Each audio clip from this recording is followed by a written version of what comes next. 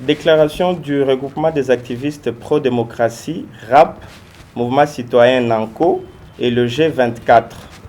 Atterrissage en beauté de l'année scolaire 2019-2020, fruit du combat du ministre d'État, ministre de l'enseignement primaire, secondaire et technique, Willy Bakonga. Nous, regroupement des activistes pro-démocratie RAP, Mouvement citoyen NANCO et le G24, nous sommes très satisfaits des heureuses perspectives qui pointent à l'horizon quant à la finalisation heureuse de l'année scolaire en cours grâce aux multiples initiatives du ministre d'État, ministre de l'enseignement primaire, secondaire et technique. Nous citons Willy Bakonga Willima, ainsi que l'implication de tout le gouvernement de la République démocratique du Congo sous l'impulsion du président de la République, Félix Antoine Tshisekedi Tshilombo, chef de l'État. C'est là malgré les énormes défis qu'impose la lutte contre la pandémie Covid-19 en 7 ans 1 de l'effectivité de la gratuité de l'enseignement primaire en République démocratique du Congo. Malgré la fermeture des écoles comme mesure de lutte draconienne contre le coronavirus, le ministre d'État Willy Bakonga, devenu Monsieur Gratuité, a pris la courageuse et novatrice idée d'initier des cours à distance e-learning en anglais pour aider les élèves congolais à ne pas perdre le fil d'idées de matières apprises à l'école et celles en vue. Ainsi a-t-il été mis sur pied le site vodaeduc.vodacom.cd sur lequel les écoliers peuvent entrer en contact avec des milliers de cours sous tous les formats, texte, photo, vidéo, sans forfait Internet ou crédit. La classe télévisée qui consiste à une série de leçons disponibles sur EducTV, la chaîne thématique du ministère de l'EPST et d'autres grandes chaînes de la place à l'instar de la radio-télévision nationale congolaise RTNC et même Télé 50. Le cours radio diffusé via Radio Onusienne, Radio Okapi, grâce à la rubrique Okapi École, programmée successivement chaque 9h et 14h, heure de Kinshasa. Point lassé, mais hanté par le souci d'aider tous les élèves congolais, même ceux du coin le plus reculé de la République démocratique du Congo, où ni connexion Internet, ni télévision, et encore moins radio, sont d'usage. Le ministre de l'EPST a lancé les cahiers d'exercice à livrer à tous les 22 millions d'enseignants et d'élèves, d'enseignants et bureaux de nouvelles unités.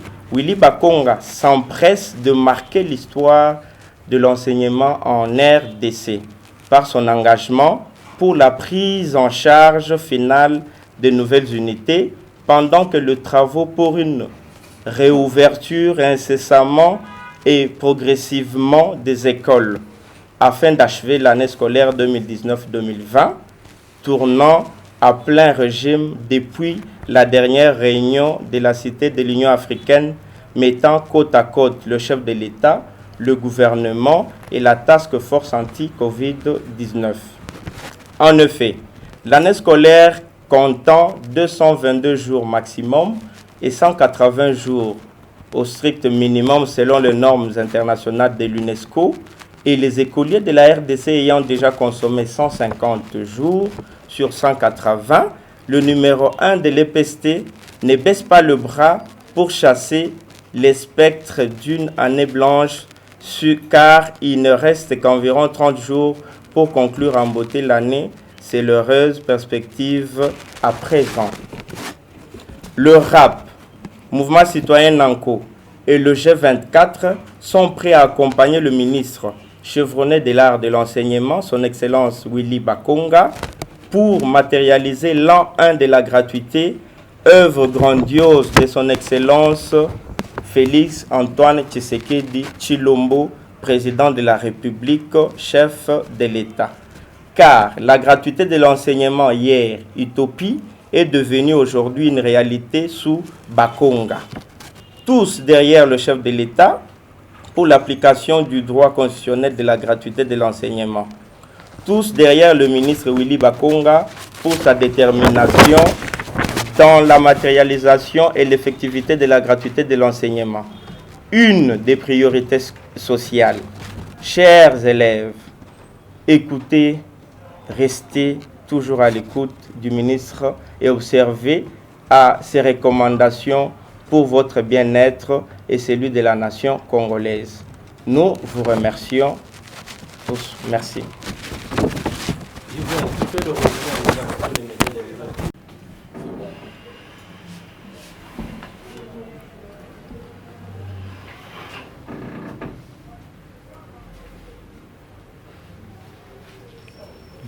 Ça va? Biso, babilenge ya mouvement citoyen, oyo tosangani na kombo ya mouvement citoyen Nanko, regroupement ya ba mouvement citoyen na kombo ya RAP, et regroupement ya ba mouvement citoyen na kombo ya G24. Tosangani biso nyonso pona kotalisa esengo na biso na ba mesure oyo chef de l'État azwaki na makambo etali kelasi na mboka na biso Congo. Sinon na makanisi oyo mokonzi ya mboka sile kozwa pona kelasi biso ba mouvement citoyen toyambaki yango na motema moko.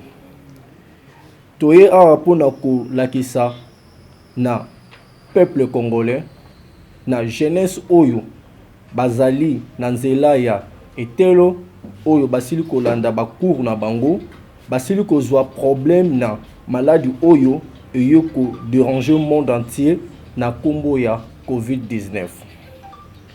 Biso ba mouvement citoyen tosili kotala makanisi oyo ministre ya enseignement primaire asili kozwa pona ko aider population jeunesse oyo bazali nanu na nzela ya kelasi na ba mesure oyo ministère ya santé asilaki kozwa pona maladie oyo ya COVID-19 oyo basingaki ke bana nyonso batikala na ndako. Tosili ko soutenir likanisi ya ministre Willy Bakonga oyo asilaki kozwa pour que bana na biso bakovana na ndako batikala kaka na ndako te pona ko sakana mais balanda nzela na bango ya kelasi na nzela ya ba réseaux sociaux oyo biso na bino tosili koyeba. Asilaki na kosenga na bana oyo nyonso bazali na nzela ya ndako bakoki kolanda etelo na bango na nzela ya singa ya Vodacom edic.cd. Asenga kosenga na bana lisusu oyo basili na ndako kolanda nzela ya etelo na bango na singa ya chaîne ya Edic TV. Et alobaki lisusu ke bana bakoki kolanda lisusu na radio télévision nationale congolaise RTNC. Et asili kotinda na bana lisusu basila kolanda matangi na télé 50. Et abakisaki lisusu kosenga na bana ke bakoki kolanda malakisi na bango lisusu na radio Okapi. Makanisi na esepelisi biso ba bilenge ya mouvement citoyen. Tosangani na kombo ya mouvement citoyen RAP Nanko G24 pona ko lakisa bolingo na biso pona ekolo Congo to mema sango oyo ou bien makanisi oyo malamu mwana mboka Willy Bakonga asili kozwa pona éducation pona développement ya enseignement na biso babilenge ya mouvement citoyen. Tosili koloba boye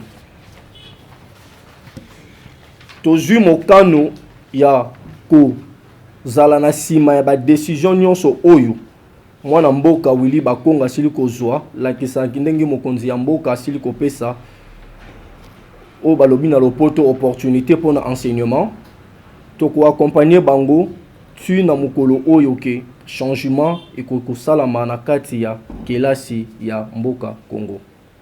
Tolobi pe bongo toton debino botonde.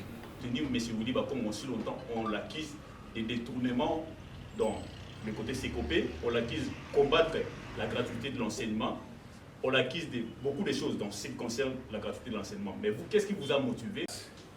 Au cas où mwana ayoki lite ya wana biente akotuna nani pambate lite yango ekoleka obele mbala moko tina suka akotuna nani. Ça c'est un. De deux, système na bino o ya dispensation ya musika ya matéa.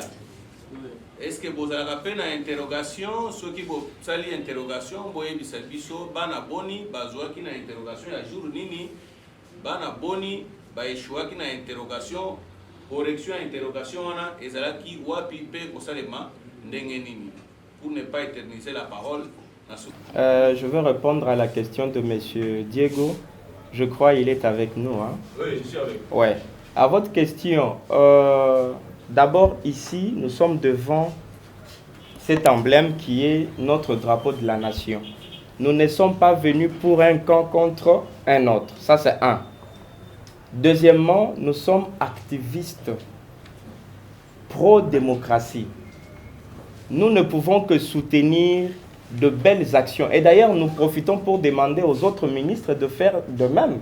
Des actions qui vont plus à l'intérêt de la population congolaise. Parce que c'est ça, c'est qui identifie notre lutte. Et je voudrais souligner, parce que vous avez dit, les actions du FCC, vous activistes, vous ne faites que contester depuis un bon moment. Pourquoi vous soutenez un ministre du FCC? Dans le gouvernement, il n'y a pas de couleur politique. Nous avons un gouvernement d'union nationale. Un gouvernement qui fait la force de la nation des coalitions. Nous avons le FCC et le CACH.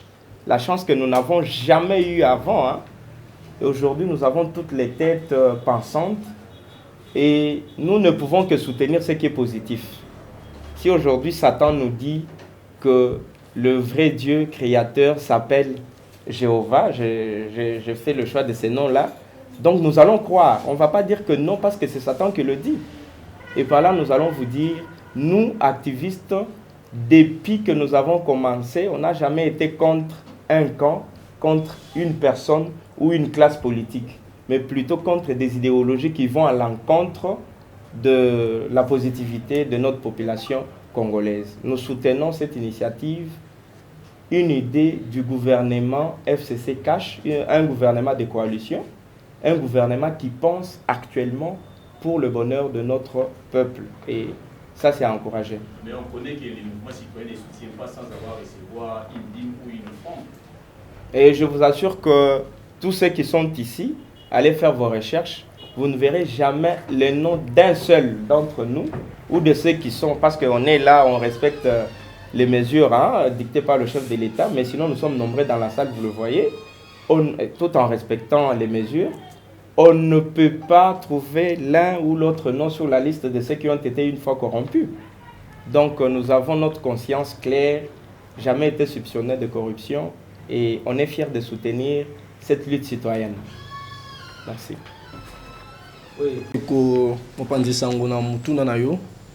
Aussi ko tuna bana o bazali musika ya ba province oyo bazolanda programme oyo ya ministre Bakonga apesa ki ndenge nini.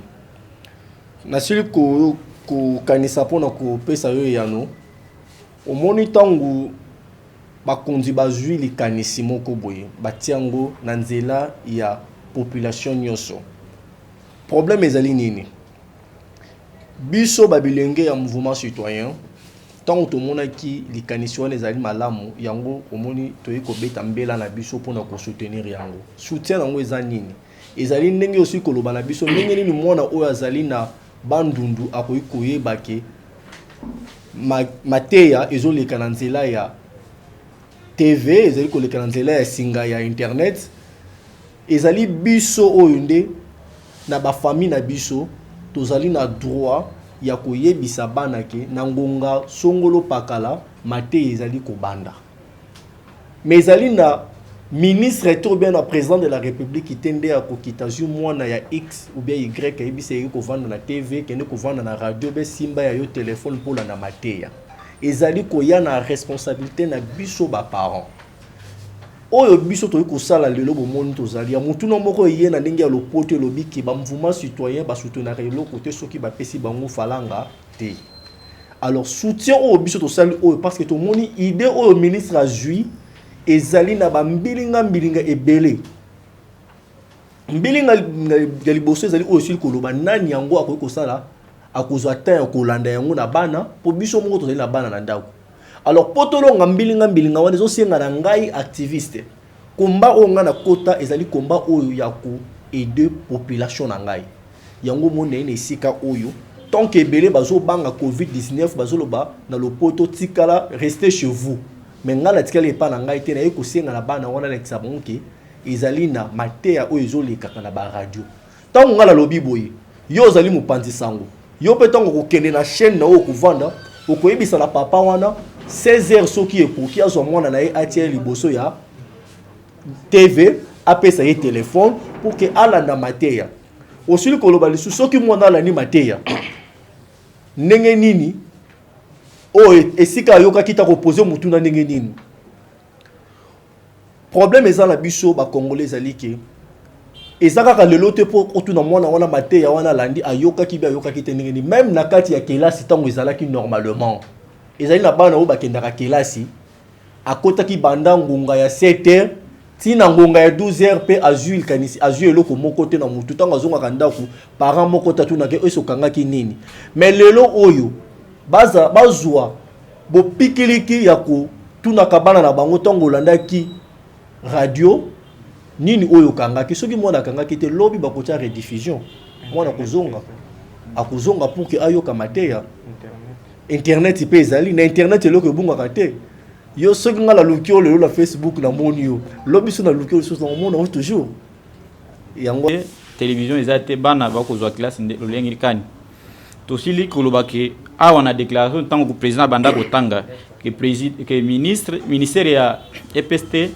tient à disposition ya 22 millions d'écoliers ba fourniture scolaire donc il y a exercice bana bakosala exercice na ba parents na ndaku na ba enseignants.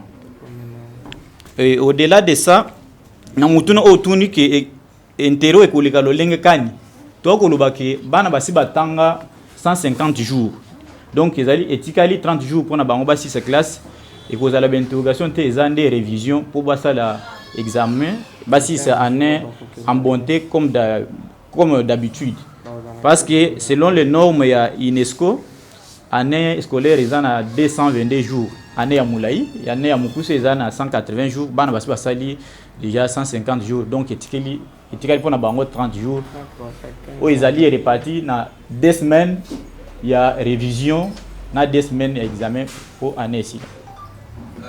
Merci. Puis ça m'a comme d'habitude, les abakou union surtout, les autres pays ça na délai à 30 jours pour na poursuivre ça année. Donc ils allaient spécial comme tel té, ce qui est spécial les a spécialité nango eza kaka parce que zoleka na ba média mais sinon bana ba kozwa cours lolenge to messana na biso kozwa donc histoire mathématiques français nyon surtout et koleka lolenge ba messana na bango kozwa donc ozozo wango na musika comme si ozalaki nde na classe na mutuni otuni soki mwana na parent na ye azali akoka ko répondre te akoka ko salbe exercice te lokola mathématiques ezali pour moi ezalaka makasi tolobi te que kaka parents donc bazo travailler en collaboration na ba école parce que ba fourniture cahier d'exercice o ezali mis en disposition ya ba élèves ezo komelande et pas ba sous prophète bango ba kotina ngona ba école nyon surtout ba école ba enseignant bazali soki yo papa parents au moni kozana difficulté na mathématiques ou s'approcher na direction école bah continuer l'enseignant pour nous expliquer yo pour que premièrement je m'excuse na moi pour que soit bino na ndiki boyi bien que mutu moko te andimaka kele aller le meilleur ndebo sanganya wa ata bolé le meilleur mutu moko ta ko bete so sur que aller le meilleur parce que ce que nous devons comprendre objectif na bino pene point de presse yelo ndeko na ngai ko palisa mala kuna sima tuni mutu na kuna bano bana na kisenso bano bavanda ka mamalweka na bamalu obanti yango lolenge kani bozali ko soutenir ba parents te bozali ka ko soutenir monsieur Willy ba komande bozali ko lobela yango parce que quand vous bozali ko lobela awa soki to lani bino malamu bozali juste ko soutenir monsieur Willy ba komande mais bozali ko tala pasi ya ba parents te masque auto zoli ke na TV ko bela na ba économique to zali na capacité ya kosoma ya monter et bozali ko soutenir bozali ko loba ete ba parents ba ko luka solution na courant ya nini tokovanda l'économie mine to pe mitalo le contexte congolais par rapport à ce système éducatif, par rapport à cette innovation. Est-ce que vous avez eu le temps de mesurer la portée, la réussite de cette innovation à la congolaise, parce que notre pays est confronté à nombreux problèmes. Aujourd'hui, avec ce système, il y a le problème de courant. Il y a certaines provinces qui n'ont pas de courant jusqu'à aujourd'hui. L'Internet